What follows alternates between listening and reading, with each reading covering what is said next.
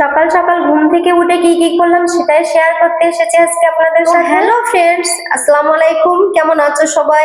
ঈদ মোবারক সবাইকে। প্রথমে আমি সকালে ঘুম থেকে উঠে নামাজ পড়ে চলে গেলাম কিচেনে, গিয়ে রান্না করে ফেললাম লাচ্চা সেমাই। সবার ঈদ কেমন কাটছে? আমরা যারা গৃহিণী তাদের তো সকাল থেকে দুপুর অব্দি শুধু রান্নাতেই চলে যায় ঈদের দিনটা, আর বাকি সময় বিকেলটা রইলো পরে। বিকাল টাইমটা একটু আনন্দ চলে, ঘোরাঘুরিও হয়। এখন রান্না হবে নুডলস, এই প্রস্তুতি চলছে। যারা বিয়ে করিস নে রে বোন, আর বিয়ে করতে চাস না, বিয়ের আগে থেকে পড়াশোনার প্যারা, আর বিয়ের পরে হয় সংসারের জ্বালা, কাজের প্যারা সংসারের। আমাদের জীবনে প্যারার কোনো শেষ নাই। যেসব বোনেরা ভাবছো যে বিয়ের আগে পড়াশোনার প্যারা এজন্য বিয়ে করতে চাচ্ছ, বিয়ের পরে এমন প্যারাই পাবে যে আবার বলবে লেখাপড়া করতে চাই, তখন আর সম্ভব হবে না। বিয়ে হতে না হতেই হয়ে যাবে একটা বাচ্চা, আর তোমার জীবনটা হয়ে যাবে চিনি ছাড়া চা।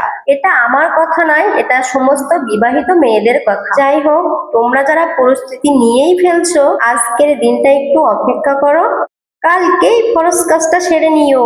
হা হা।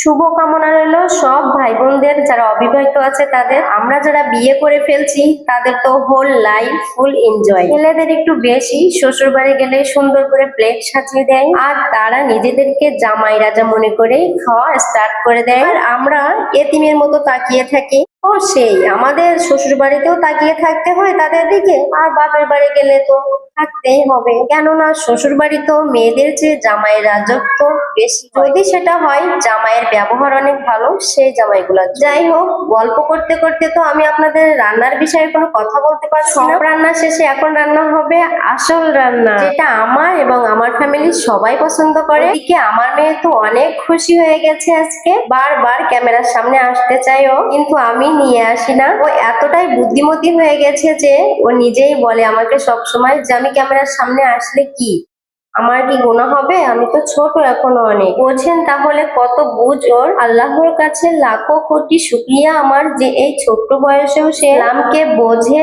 আলহামদুলিল্লাহ, আমি ওকে বোঝাতে পেরেছি। আমি সফল একজন মা হতে চাই। আমি জানি এটা সব মায়েদেরই ইচ্ছা, কেননা একজন মাই তো বোঝে তার সন্তানের সবচেয়ে ভালো খারাপ। আর আমি মনে করি কোনো মাই চাবে না যে তার মেয়ে সন্তান ইসলামের মধ্য থেকে বেরিয়ে যায়। আসলে আমরা মায়েরা যারা আছি আমাদের নিয়ত এমনটাই হওয়া উচিত, বাকিটা তো ওই মহান আল্লাহই জানেন।